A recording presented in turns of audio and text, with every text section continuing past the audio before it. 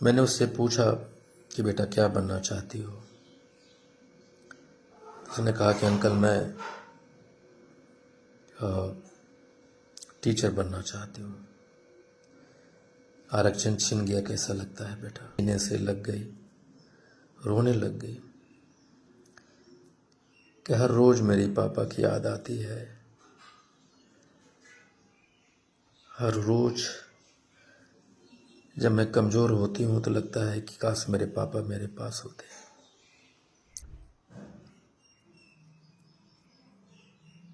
हमें बिना बाप को जीने के लिए मजबूर किया है। काश हमारे पास ये आरक्षण 1952 से होता तो हमारे बच्चे परदेशों में जाके काम नहीं कर रहे होते। नोरमा ग्रुप, जो सोचता है वो करता है। आपके अपने सपनों का आशियाना। दोस्तों नमस्कार। ये कहानी है मेरे उस मीटिंग में उस बच्ची की जो टीचर बनना चाहती है।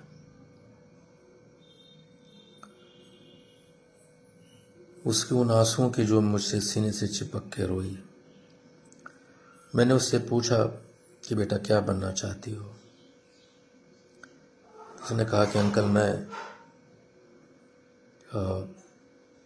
टीचर बनना चाहती हूँ।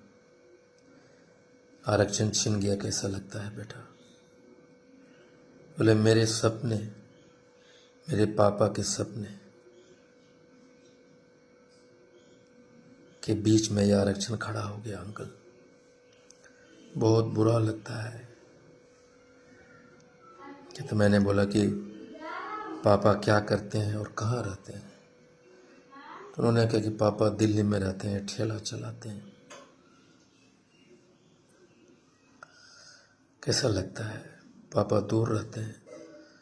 वो सिसक पड़ी, मेरे सीने से लग गई, रोने लग गई कि हर रोज मेरी पापा की याद आती है। हर रोज जब मैं कमज़ोर होती हूँ तो लगता है कि काश मेरे पापा मेरे पास होते। मेरे सिर पे हाथ रखते और कहते कि बेटा मैं हूँ ना,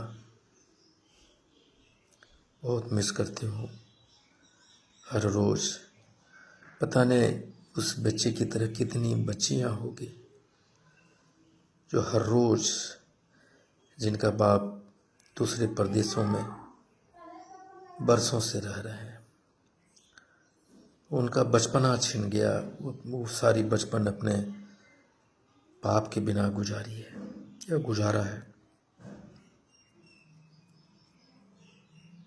हमें बिना बाप को जीने के लिए मजबूर किया है। काश हमारे पास ये आरक्षण 1952 से होता तो हमारे बच्चे परदेशों में जाके काम नहीं कर रहे होते।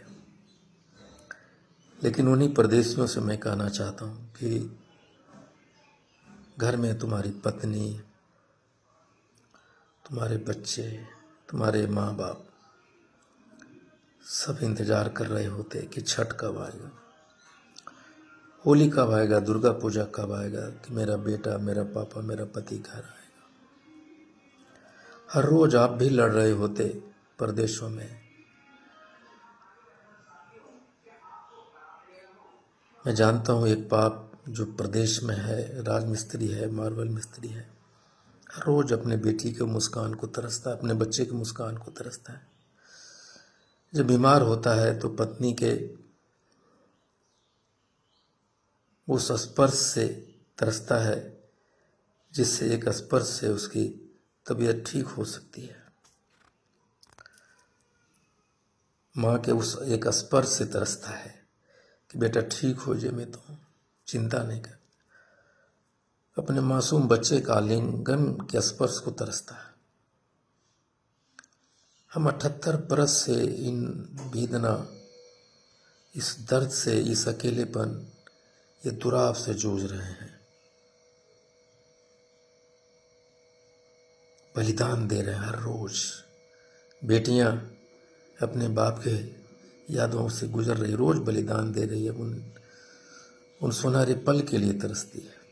आप तरसते हो। एक बलिदान आपको देना है। आप जहाँ भी हैं, दिल्ली, कलकत्ता, मद्रास, कोयम्बटूर, चाहे जहाँ भी, 3 दिन का बलिदान और दीजिए। आप लौटिए अपने घर और अपने पूरे परिवार के साथ 13 अप्रैल 2025 को गांधी मैदान आइए। शायद ये मेरा संघर्ष, आपका 3 दिन का बलिदान आपके बेटे के लिए रास्ता बनाए, आपकी बच्चियों के लिए रास्ता बनाए कि आपका बेटा आपके जैसा परदेशों में न रहना पड़े। आरक्षण लौटेगा, हमें और आपको सबको बलिदान देना होगा। लौटिए 13 अप्रैल के लिए अपने उस छोटी बस्ती के बाहर रास्ता जो बाट जो रही उन आँखों के लिए, बाह जोड़ रही अपनी पत्नी की उन आँखों के लिए, बाह जोड़ रही अपनी माँ की आँखों के लिए। मेरा बेटा छठ पूजा में आएगा। आपका बेटा आपके जैसा दिल्ली प्रदेश में जाके काम न करे, उसके लिए लौटिए। 13 अप्रैल हमारे लिए महाकुंभ है और मैंने कहा था कि अगर हम 13 लाख जुट गए तो आरक्षण सरकार हमारे घर पे आके देगी। 13 अप्रैल 1919 को जालियां बाग में लाखों लोगों ने अपने जान की आहुति दी थी। आपको 3 दिन की आहुति देना है। आइए 13 अप्रैल 13 लाख 5 जुटान गांधी मैदान। आपके सपनों को हमने सजाया है, ई होम्स पैनोरमा को हमने बनाया है। ई होम्स मेरा एक सपना था जिस पे मैं पिछले 4 साल से काम कर रहा था। हमने जो बनाया है वो सबने है माना। ई होम्स पैनोरमा में हो आपका भी आशियाना।